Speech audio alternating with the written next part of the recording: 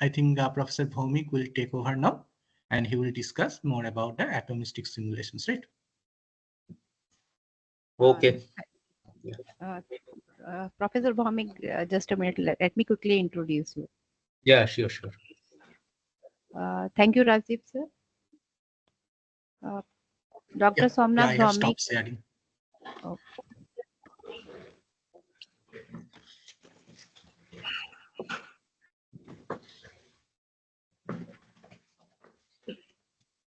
Dr. Somnath Bhowmick is an associate professor at Indian Institute of Technology, Kanpur. Dr. Bhowmick completed his BTech from Calcutta University. He obtained his master's and PhD from the Indian Institute of Science, Bangalore.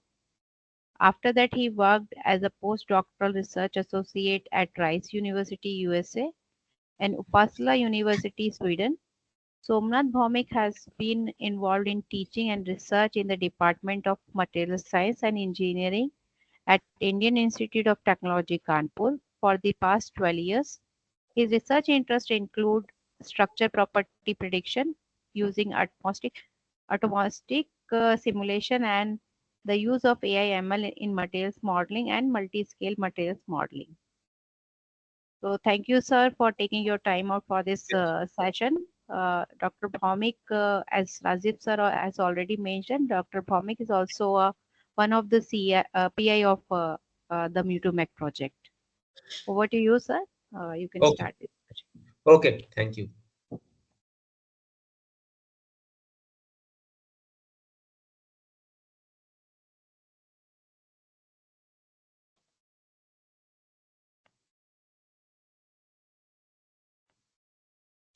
Okay, I hope this is visible to all, right?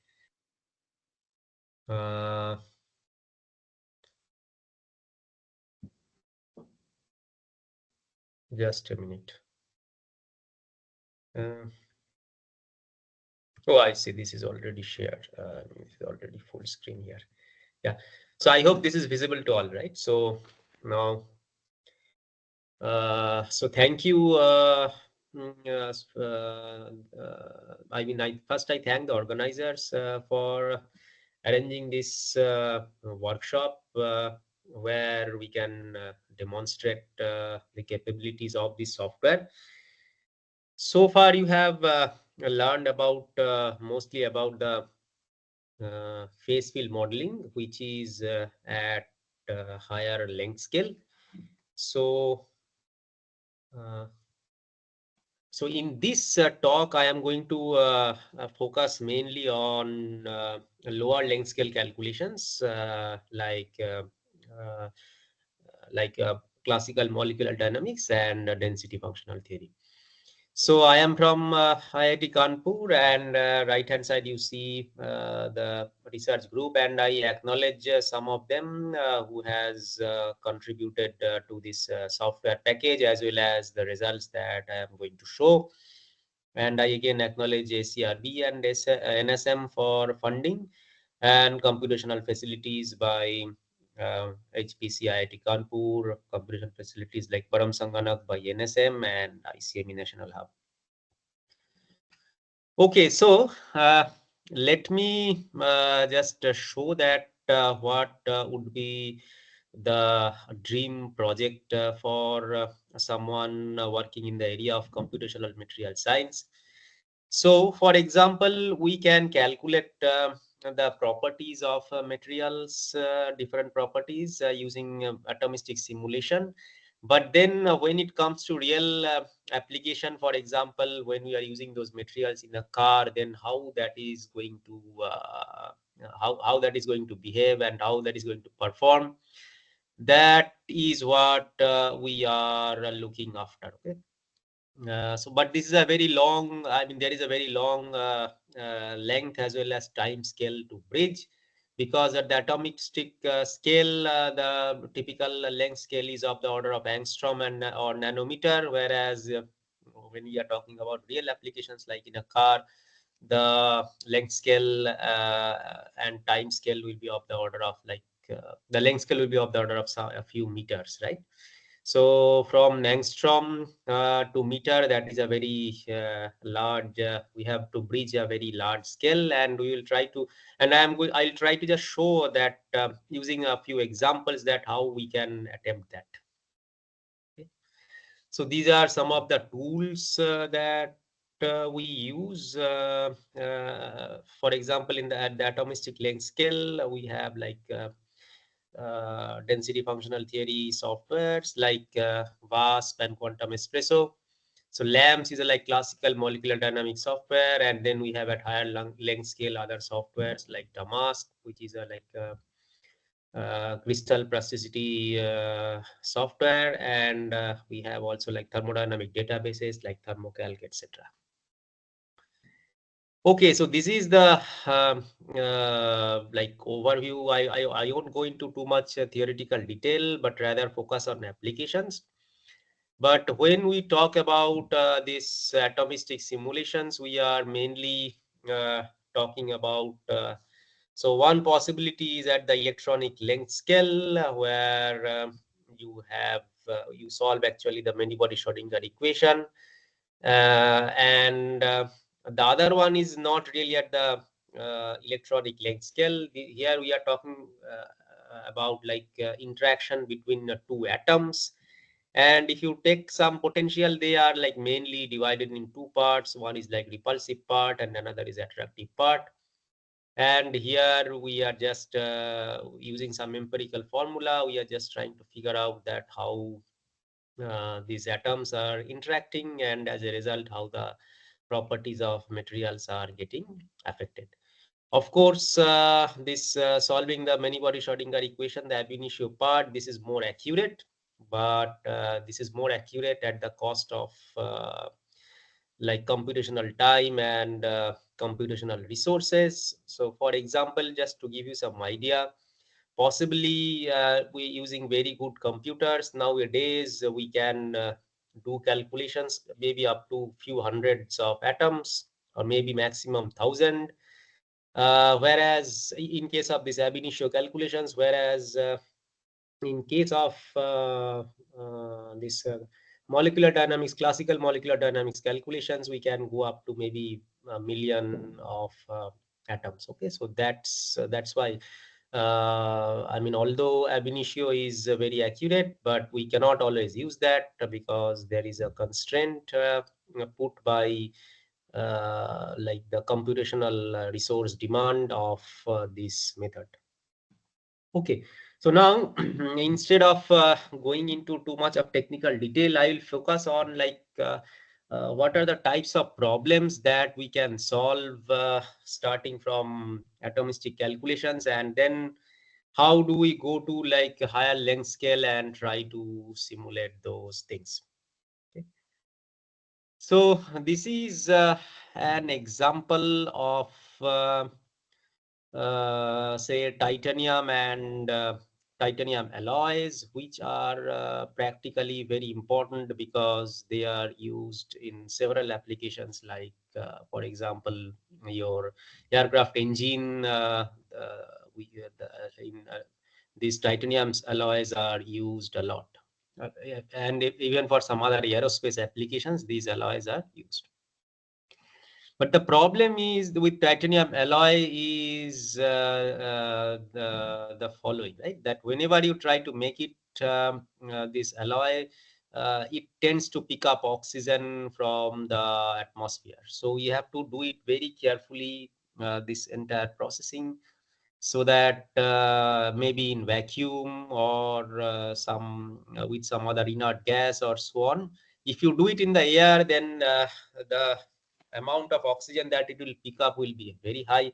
And then the problem is the following. If you look at this plot in the middle, then you find that for pure titanium, right, this is a very like ductile material. Ductile means before it fails, right? So if you look at the stress strain curve, you see that at this end it fails, right? So that means the material is going to fail and the structure is going to collapse, right, beyond a certain point, beyond certain strain. Now you see for pure aluminium, the strain it it can withstand is very large, right? It's almost like 0.4. Whereas the moment you add some oxygen, for example, 0.1 oxygen, then the strain it can withstand becomes maybe like 0.3. And if you like add more oxygen, then it further reduces to maybe 1.5 and so on. So that's the problem. That's why you want to avoid oxygen in titanium, because it the deformability it reduces with the amount of oxygen, and that is not good for our applications. Okay.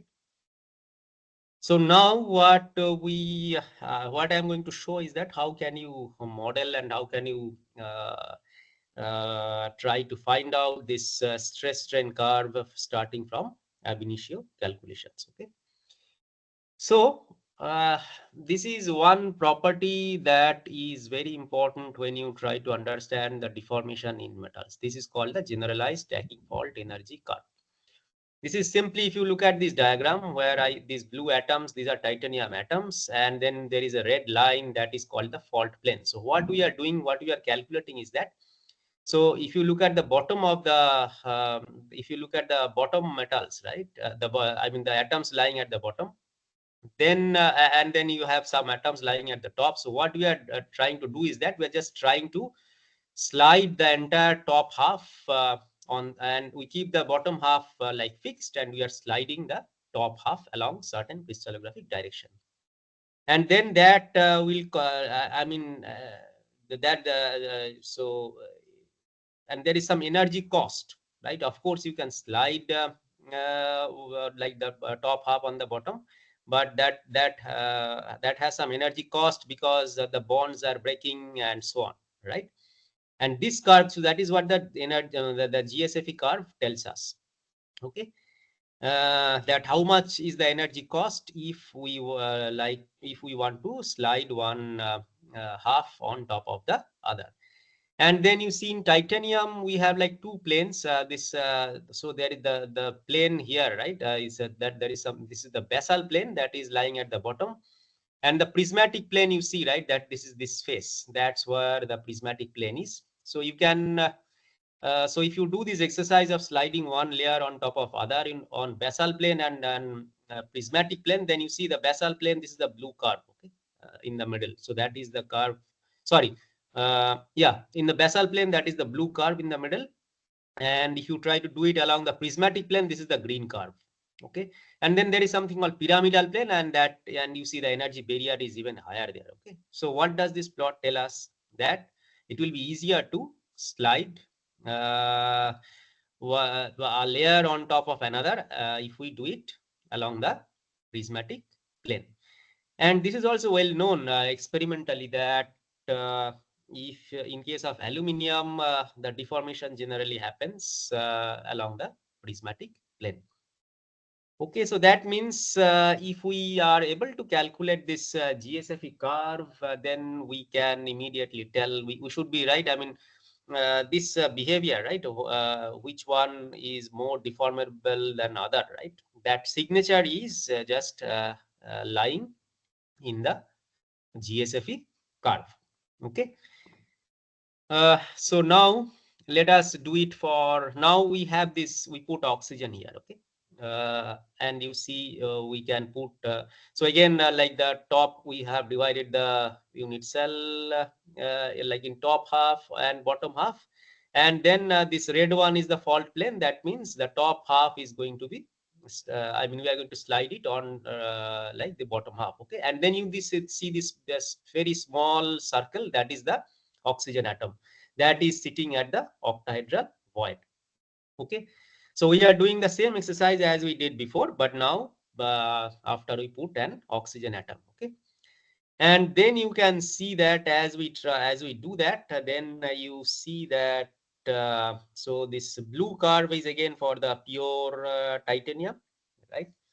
And then this green curve is when you put the oxygen atom exactly at the fault plane, and then you see the barrier becomes so high. So that means you cannot deform this very easily. So that's what it signifies. Okay. And then when we actually put the oxygen atom slightly away from the in the second case, right, we are putting it slightly away from the fault plane, and then you see this is the this curve, right, the second one. Okay, and then you still see that the barrier is still higher. Okay, and but now if you put the oxygen too far away from the fault plane, then it does not care almost. Okay, the curve, the GSFE curve almost coincides with the pure titanium. So this clearly shows that that the oxygen will affect uh, these GSFE curves, and for example, this green curve in this case, right, it will be very difficult to deform, and then the material will break, right, before it deforms, right. So that's why, I mean, that is why, right, these GSFE curves, this clearly tells us, it clearly gives us some hint that that why, if you put oxygen in titanium lattice, so why you see this experimental trend. Okay. So now what we did further is we also tried to do some dislocation mobility. But now this is where this multi-scale thing comes, because this is these calculations we are doing using the ab initio. Okay. And we have maybe around 100 to 200 atoms in the unit cell and so on. But the moment we want to calculate something called dislocation mobility, right? You see left hand side, this is a huge cell, right? And we cannot do it using DFT. So in that case, we are using classical molecular dynamics. So what we do here is we introduce the dislocation, and then they are moving, and we are trying to find the dislocation mobility and other parameters. But this is at higher length scale. This we are using classical molecular dynamics. We cannot do this using DFT. Okay. And now once we do this DFT as well as classical molecular dynamics, then we get several computational parameters. Okay.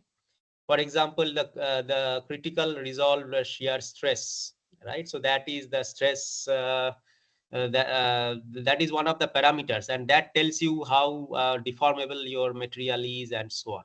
Okay. And then you also get elastic constant, we also get dislocation mobilities and so on, right? So these things we are getting from the atomic length scale, right, either using DFT or classical molecular dynamics. And then those things are fed into some even higher length scale parameters like CPFEM. Okay. And then you can see if you do all these things, so that means CPFEM is running by taking parameters from the DFT calculations as well as classical molecular dynamics, and then finally we can plot the stress strain curve. And I mean, of course, we are still working on the project, but we have some promising results. So we do this right for different temperature, and at least qualitatively it is matching, right, with that these stress strain curves are qualitatively matching the trend, right, with which I mean, which we observe in the experiments. Okay, as a function of temperature. So this is one example where it clearly shows the utility of multi-scale modeling, because at the higher length scale models, these are I mean, which can actually predict the performance of the material. So these models are taking all these parameters from lower length scale models. So now this is the overview of this approach. This is ICM is integrated computational materials engineering, and naturally this is like a multi-scale model. So what we do is that we gradually we start at DFT, the atomic the ab initio model, followed by classical molecular dynamics, and then we can actually do dislocation dynamics and CPFEM, and that will predict us this curve, which the stress strain curve, which we can actually compare with the experiments. Okay, so that is how the information flows from the lower length scale to higher length scale, and then these higher length scale models will produce something that we can actually use to judge the performance of a material in some real world situation. Okay, so now example 2. Now I will give like very briefly some very small examples. So for example, in this slide, if you look at this thing, right, this is like microstructure taken from some experiment, and this is where we can actually use phase field model, right? This is where so this is the experimental part, the data that we need, but then we can actually replace it with phase field model such that the entire chain becomes the entire chain is formed by these computational models. Okay. So now is example 2 is again this microstructure modeling, and this is again something similar to μ2mech, although this is not yet implemented in μ2mech, but we can do it in future. So what we are doing is we are like, for example, if you take some metal like iron, right, and then if you put some which is like in in yellow color, and then if you put some other metal, say it can be copper or something, right? Or any other metal, like it can be molybdenum or something. And then what happens is that because this iron and the other metal, right, they will tend to segregate at the grain boundary. You can see this is the grain boundary, right, the red line, because you see this is a tilt boundary, because you see the two halves, they are tilted with respect to each other. Then what happens is that these blue atoms, right, which are the solute atoms, they tend to segregate at the grain boundary, and that affects the that affects the how these grains will grow. And then what we can do is that we can calculate these parameters. So for example, segregation energy, grain boundary width, these parameters are needed by phase field model. Then what we can do is that we can calculate it from the ab initio and then feed it into the phase field model, and then we can do the microstructure simulation.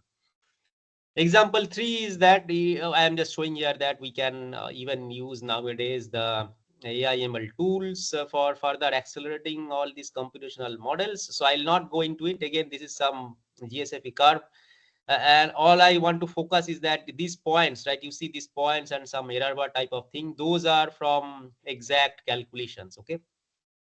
And then these lines that you see, that is predicted by AI/ML.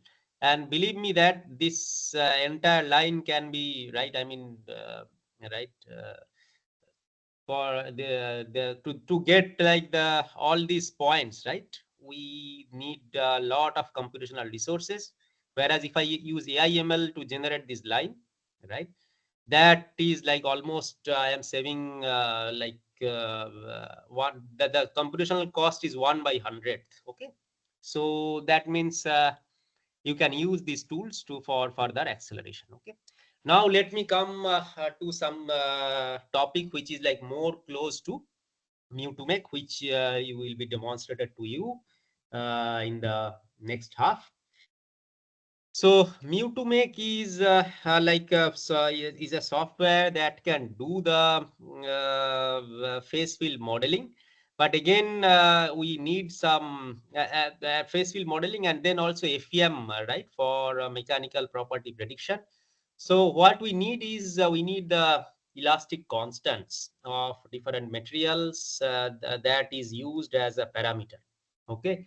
And then I'll just show you quickly that how you can calculate these parameters from ab initio. So this is, I'll just take two examples. One is like FCC, which is aluminum, and another is titanium, which is, sorry, this will be HCP. This is wrongly written, right? Titanium is HCP and aluminum is FCC.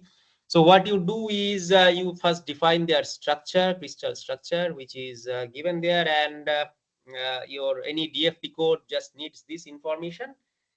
And then what we do is that to get the elastic constant, we start with a cubic cell, but then we deform the cell using different strain. Okay, and that will give us these elastic constants. For example, we need 3 elastic constants, C11, C12, and C44 for cubic, and for hexagonal we need to calculate the 5 elastic constants, and these are the strains that need to be applied to get all those elastic constant. So just to give you some idea that what do you do that. So for example, in this case, you see this is the gray one is the undeformed cell, and blue one is the cell deformation under compression, and the red one is the cell deformation under tension. Okay, so then when you apply the strain, right, in case of aluminum, these are the deformations that is shown there, right? So if you, so what you have to do is that you are calculating the energy, correct, from some structure, but then you do it for the pristine structure where there is no deformation, as well as using the deformed structures, and then you can actually plot this energy versus applied strain plots, and from there you can calculate these elastic constants. And then we have calculated it for aluminum and titanium, and then they agree very well with the experimental values. So this is all that you have to do, right? You have to apply certain strain, those are given in this table, and from that strain I apply the strain and calculate the energy, and do it for various different strain, right? Change the strain and again calculate the energy, right? And then you plot this applied strain versus strain energy curve, and from the curve, from the slope, you can actually get all these elastic constants.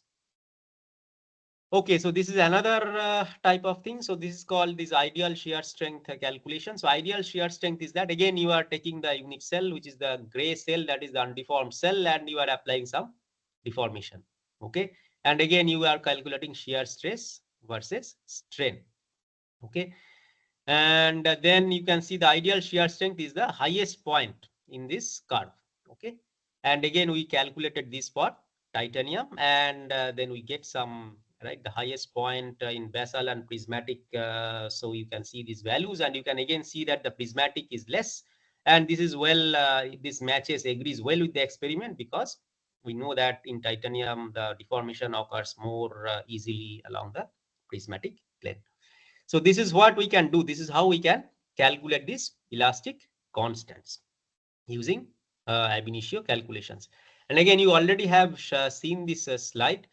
So now this is the overall like the flow of the μ2mech that we have, like thermodynamic database. We have like that is the CalFAD, and then we have mobility diffusivity database, right?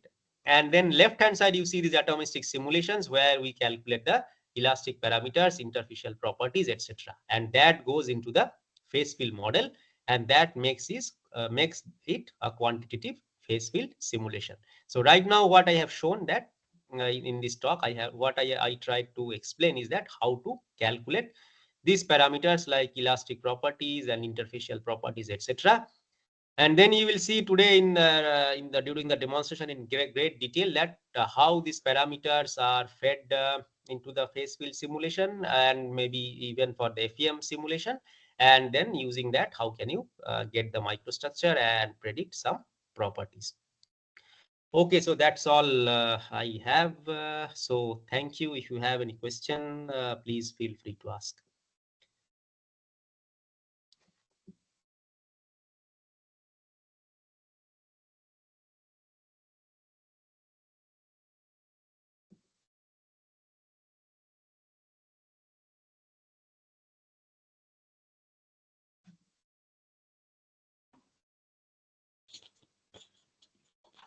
So thank you, Dr. Somnath Bhowmick and Yeah. Dr. Rajiv Mukherjee.